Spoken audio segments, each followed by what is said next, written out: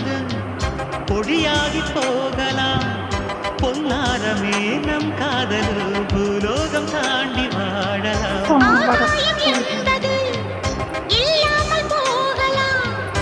ஆனால் நம் நேசமே ஆகாயம் தாண்டி வாழலாம். கண்ணீரில் ஈரமாகி கரையாச்சு காதலே. கரை மாற்றி நாமும் இல்லை கரையேற வேண்டுமே.